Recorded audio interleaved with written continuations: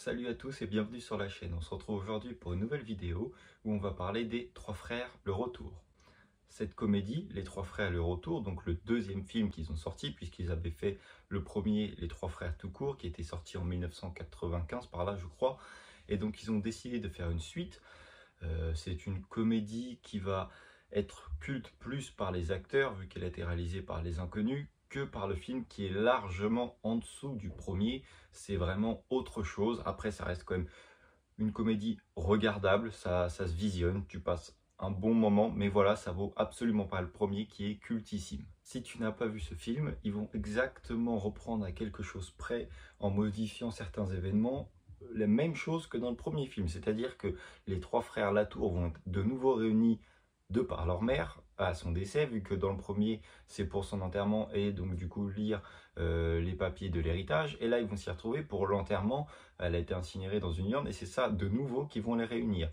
Encore une fois, comme dans le premier, ils vont tous avoir une vie bien différente, ils vont tous être perdus de vue.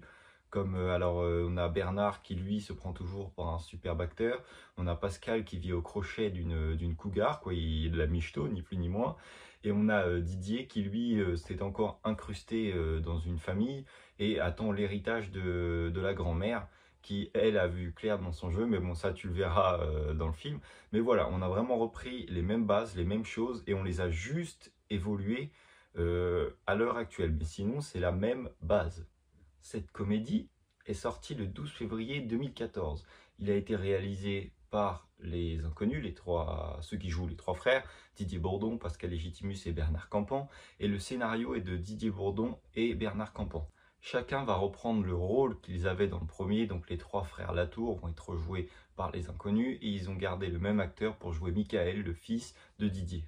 Si tu regardes bien le scénario, ils ont repris exactement encore une fois la même chose que dans le 1, parce que si tu regardes, donc Bernard lui est toujours un soi-disant acteur et va même faire le difficile, c'est-à-dire qu'il va refuser des rôles qui pourraient le pousser vers le haut. Alors ces rôles sont refusés légitimement ou pas, puisque bon bah on le voit par la suite dans le film, c'est vraiment des rôles à la con.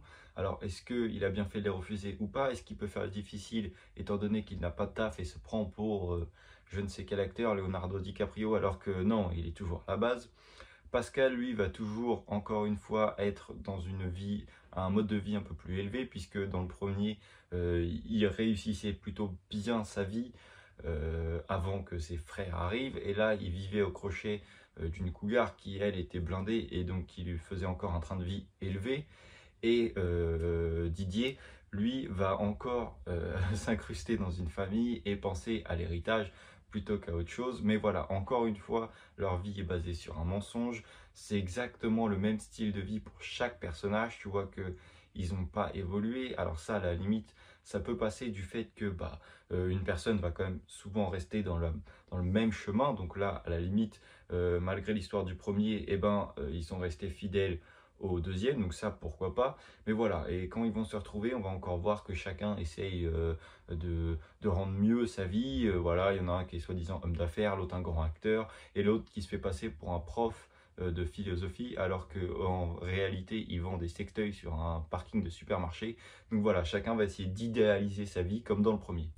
C'est un point qu'on avait déjà remarqué dans le premier, Pascal et Didier vont être plus similaires, ils vont avoir une espèce de concurrence et vont plus être dans le paraître, à vouloir justement se comparer, montrer qui a le plus réussi ou quoi que ce soit. C'est une espèce de guéguerre, alors que lui, Bernard, va plus s'en foutre et penser à la famille, être content que les trois frères soient réunis, être content que leur mère les réunisse ou d'aller à chercher l'urne ou quoi que ce soit. Lui va plus se contenter de choses simples de la famille, alors que les deux frères vont vraiment être en concurrence, en guerre pour qui est le meilleur, et donc voilà. À un moment dans le film, ils vont aller à la banque, chacun va aller à la banque parce que on leur a dit qu'ils allaient, soit fallait que tout le monde donne une somme pour solder l'héritage, soit il fallait que, soit ils allaient prélever sur n'importe quel compte au hasard. Donc Pascal et Didier ont anticipé et ont été solder leur compte pour pouvoir qu'il ne soit plus solvable, quoi. Donc c'est Bernard qui va se retrouver à payer. Enfin bref, et quand ils vont se retrouver à la banque, il va y avoir un jeu d'affiches, donc puisqu'ils vont aller parler à leur conseiller, le conseiller va être devant une affiche et ils vont le mettre de telle sorte que ça crée un autre message que la publicité qui veut être faite.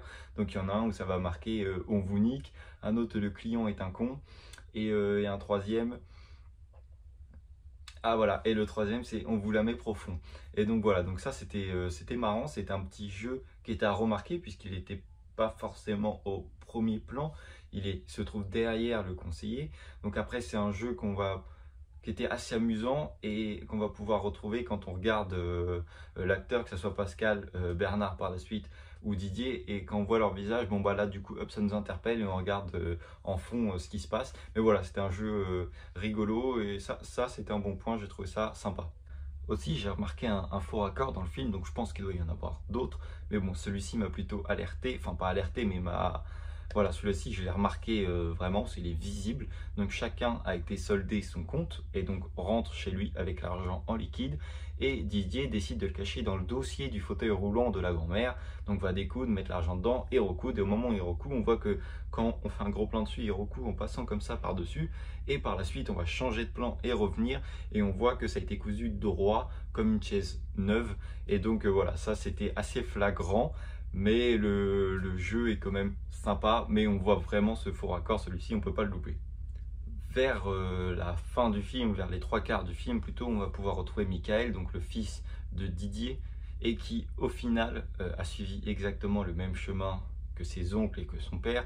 On aurait pu penser, comme étant donné qu'à la fin du troisième il est confié, on aurait pu penser que bah il va s'en sortir, il va faire autre chose, et au final non, on va voir qu'il va suivre exactement le même chemin que ses oncles et que son père, c'est-à-dire à mentir, à essayer d'aller soutirer de l'argent à droite, à gauche ou quoi que ce soit. Et donc voilà, on voit que ça c'est l'héritage familial, et on voit même à la fin, enfin à la fin, vers la fin quoi, ses oncles et son père qui vont aller l'aider à rendre crédible son mensonge, pardon. Et donc ça c'était plutôt marrant.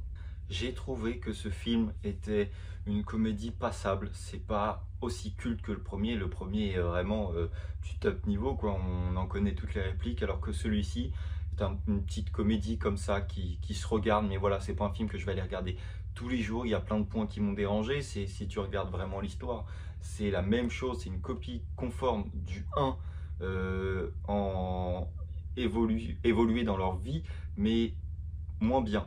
Donc franchement, j'étais assez déçu. Pareil, il y a la fille de Bernard dans le film, donc c'était Sarah, je crois, si je dis pas de bêtises.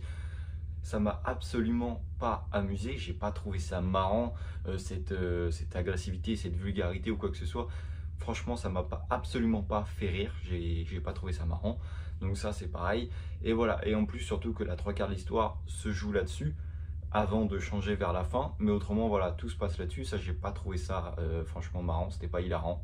Donc voilà, c'est un comédie que je te conseille de voir au moins une fois dans ta vie, mais voilà, c'est pas un film que je vais forcément te conseiller d'aller voir, contrairement au premier que lui je te conseille de voir. C'est vraiment cultissime et vraiment marrant. Après ça reste comme une comédie des inconnus, donc je te dis pas que tu vas te faire chier non plus, tu vas sourire, tu vas un petit peu rigoler sur quelques scènes, mais ça ne vaut absolument pas le premier.